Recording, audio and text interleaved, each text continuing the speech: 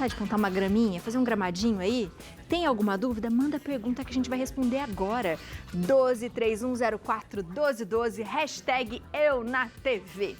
Você de casa sabia que existem mais de 9.000 tipos de gramas diferentes, divididas em 668 gêneros, cobrindo a superfície do nosso planeta azul? Pois é, toda essa generosidade da Mãe Natureza com uma única família de plantas ajuda a tornar os projetos paisagísticos cada vez mais originais e criativos. Mas toda essa variedade de gramas resulta em uma dúvida muito comum. Como a gente escolhe a grama ideal? Para nos explicar tudo sobre a grama, a gente recebe o paisagista Otávio Alves. Seja muito bem-vindo. Muito obrigado. Boa tarde a todos, boa tarde a vocês. Boa tarde, Otávio. E realmente, né, todo mundo fala assim, ai, grama é tão bonitinho, mas como que eu vou plantar? Como que eu escolho uma grama? Justamente. A gente tem que ver qual é a finalidade do jardim que a gente quer, porque ela tem a finalidade dela. Quando a gente fala de 9.000 tipos, até 12.000 tipos de gramas, a gente está falando de finalidade comercial e finalidade ambiental, porque a gente tem alguns cereais que são gramíneas. Trigo, cana-de-açúcar. Verdade. Elas entram. Só que a gente vai falar dessa que vem para embelezar ainda mais o nosso espaço. Então a gente vai ter que ver se são áreas onde a gente vai ter pisada, passagem de carro, se é área de muita sombra, de pouca sombra, grande umidade, pouca umidade. Cachorrinho. Justamente, para a gente saber o que a gente vai poder colocar. Boa. Então, eu trouxe aqui as que são mais comuns no Brasil e principalmente na nossa região. Aqui no Vale do Paraíba, a gente ainda tem um pouquinho de limitação quanto ao fornecimento de algumas espécies que já são tradicionais, que nem bermudas para os campos de futebol, Discover, Santo Agostinho. Eu trouxe as principais aqui e trouxe essa nesse potinho, porque essa é a mãe das gramas no Brasil. Que é o que a gente acha que não é grama. É a batatais. Essa aqui é uma grama nativa, que hoje pede uma série de exigências ambientais para que ela possa ser cultivada e comercializada. Então, muitos produtores estão deixando ela de lado e substituindo ela pela bermudas, por exemplo. Porque essa daqui parece que no terreno baldio tem um monte assim. Sim, esse aqui eu tirei até na propriedade, no sítio de um amigo, um pedacinho. Não foi extrativismo, tá? Só um pedacinho, vou voltar para o lugar depois. Ela é uma grama muito rústica, então se tem muita chuva, ela aguenta. Período de muita seca, ela aguenta. Então a gente pegou de uma área com pouca umidade, né, nesse período de seca que nós estamos passando. E ela, mesmo assim, ela mantém suas características. As folhas não estão tão largas, porque geralmente são em áreas de pastagens, que tem muita vaquinha, né? Mas a gente vê que uma das características dela são esses pelinhos. Muita gente não usa mais em campo de futebol, porque tem gente que tem alergia a isso, da coceira. Essa é uma das características. Essa é a mãe que, em meados do século XX, começou a disseminar o plantio de gramas aqui pelo nosso país. Então a gente brinca que essa aqui é a mãe de todas, para jardinagem aqui no Brasil. Que incrível, que incrível. A gente conseguiu mostrar, né, essa daqui quando o Otávio falou? Mostrou? Ah, legal, legal. E o que mais você trouxe para a gente? Vou aqui na frente e depois eu venho falar delas, tá bom? Essa aqui são espécies muito características e muito utilizadas no processo de jardinagem. Vale lembrar que a função da grama é ajudar na drenagem do solo e não permitir a lixiviação, que é a retirada de nutrientes parciais do solo, e também não permitir que haja o assoreamento dos rios. Então ela tem essa função ambiental, tá? E qual que é o encaixe em cada lugar? Essa é a mais comum, que as pessoas mais gostam. É a famosa grama esmeralda. Esmeralda. Isso. O que acontece com a grama esmeralda? Ela precisa de muito sol pleno, para ela desenvolver. Ela tem uma raiz muito forte e um crescimento relativamente rápido. Então ela faz toda a emenda do jardim rapidamente. Mas nem tudo são flores, né? Algumas coisas ela tem o seu lado positivo e o seu lado negativo. A esmeralda, ela não é indicada para ser plantado embaixo de árvores, onde faz sombra, porque ela precisa do sol pleno, isso. E ela tem raízes que são muito profundas e invasivas. Então, quando eu vou montar um jardim e vou colocar mudas muito pequenas, elas tendem a matar as raízes dessas outras mudas. Olha que interessante. Então, a gente precisa tomar um cuidado. Usar um limitador de grama, fazer uma manutenção constante para que essas mudas possam progredir ou até mesmo colocar plantas maiores, para que não façam essa competição na hora do enraizamento. A briga do espaço. Justamente. Porque dela vai para que ela seja soltar parceira e não raízes. inimiga. Exato, e vai expulsar. A amiga, você é Isso. muito pequenininha, tchau. Justamente. Que interessante. Essa, E essa? aqui é a São Carlos. É. Dentre as gramas, é uma que o visual me agrada muito. Ela é cheia, né? Ela tem a coloração forte, a folha larga, a raiz é pouco profunda e ela pode ficar em área de sol e também em área de meia sombra. Então, quando a gente vai fazer um jardim embaixo de árvores, próximo de garagem, onde sombra bate muito tempo, ela pode ir. Só que ela é exigente com uma coisa: rega. É, justamente. A rega dela precisa ser constante para que ela possa ir desenvolvendo. Essa é a única exigência que ela tem. Mas a adaptação dela é muito fácil. Essa aqui sempre dá uma dor de cabeça quando a gente vai montar um jardim. Às vezes a pessoa fala, quero trocar a esmeralda. Jesus amado. Raiz profunda, preparação de solo. Ela vai em quase qualquer lugar. Muita gente fala assim, ela precisa de um solo muito fértil. Não. Ela se adapta bem a solos mais fraquinhos também. Mas essa é terrível. Essa eu gosto por essa variação. Só que assim, como nem tudo são flores, como as raízes dela são mais espaçadas, ela tem mais tendência até as pragas da grama. Ah, isso que eu ia perguntar. Justamente. Entendi.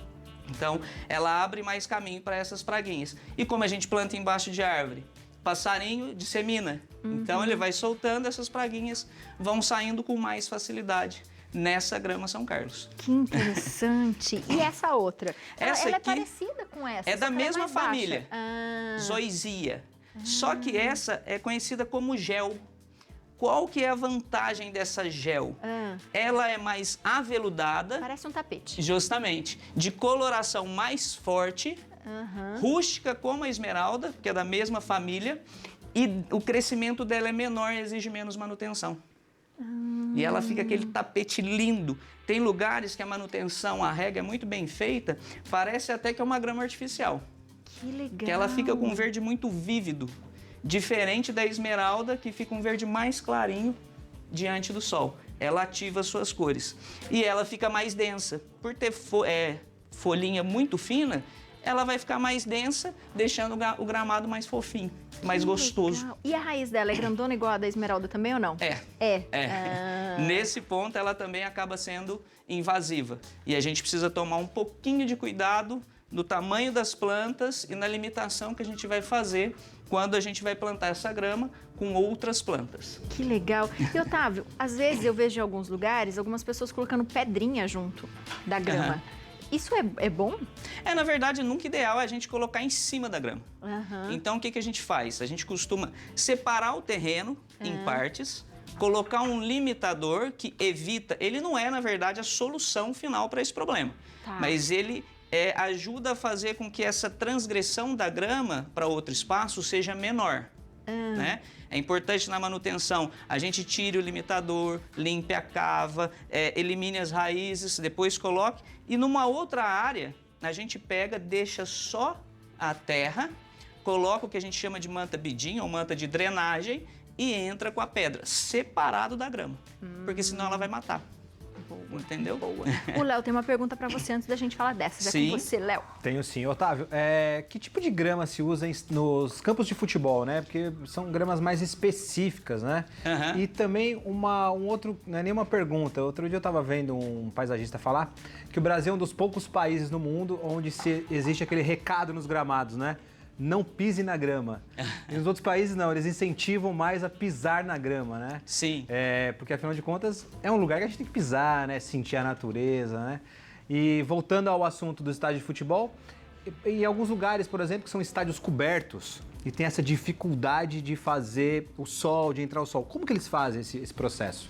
Na verdade, os estádios hoje em dia, eles estão fazendo o quê? Eles estão usando como recurso as gramas sintéticas, né? Principalmente esses estádios de times com maior poder econômico, patrocínio e tudo mais.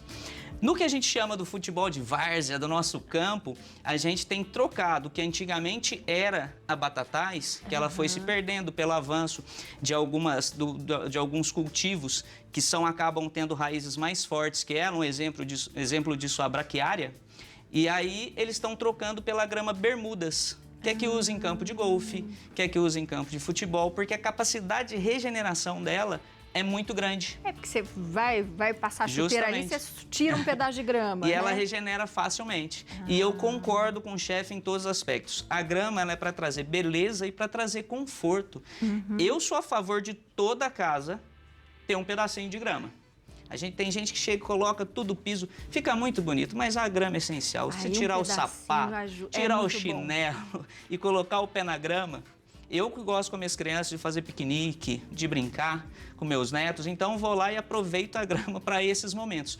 Criar lembranças. A grama também tem essa função na nossa vida. Como a gente anda todo mundo muito estressado, muito aquela coisa de não respirar, eu faço isso, eu tento fazer todos os dias, pelo menos 5 minutos. Eu tiro o sapato, eu adoro já andar descalço em casa, mas vou pra grama, fico lá uns 5 minutinhos, pé na grama, vou andando um pouquinho, tomo solzinho e saio de novo. E a sensação que a gente tem é que a natureza renova a gente, né? Que a gente sai aquele peso do dia a dia quando a gente faz isso nesse contato. É muito gostoso. Então pode pisar na grama. Deve. O que mais que você tem aqui? Aqui eu trouxe o que a gente chama de grama forrageira. Que, na verdade, a finalidade dela, além do processo de drenagem, além do processo ambiental que ela tem de não permitir a lixiviação e assoreamento, ela também vai fazer um processo de embelezamento através de alguns tufos que vão apresentar dentro da estrutura do paisagismo, só que as pessoas não podem pisar, não podem passar com carro, elas são mais sensíveis a todo esse processo. E elas atingem estruturas maravilhosas. Então a gente fala, dentro da finalidade do jardim, a gente as coloca. Boa, né? Desde que ninguém vai pisar. Aí não pode pisar. Geralmente em borda de lago, onde as pessoas não vão entrar, lagos ornamentais, ou até mesmo em cantos de parede, a gente pode estar entrando com essas estruturas. E eu gosto de utilizar algumas dessas, até mesmo em vasos. E dá pra fazer tipo jardinzinho de inverno com ela também, justamente.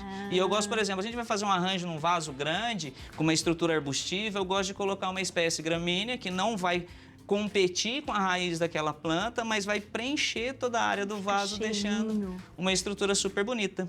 Eu adorei. O que a gente tem que tomar cuidado em relação a poda e adubo? Então, essas plantas aqui, essa que a gente chama de grama azul, ela tá com a tonalidade verde porque ela precisa mais do frio e insolação constante para ela ficar... Aqui tem uma folhinha que tá azulzinha, mais não sei azulada. se a câmera consegue pegar. Tá mesmo. Isso, aqui bem também azulzinha. tem uma bem azulzinha. Isso. Ela precisa do sol constante e frio intenso e uma drenagem, ela precisa de bastante drenagem e umidade regular.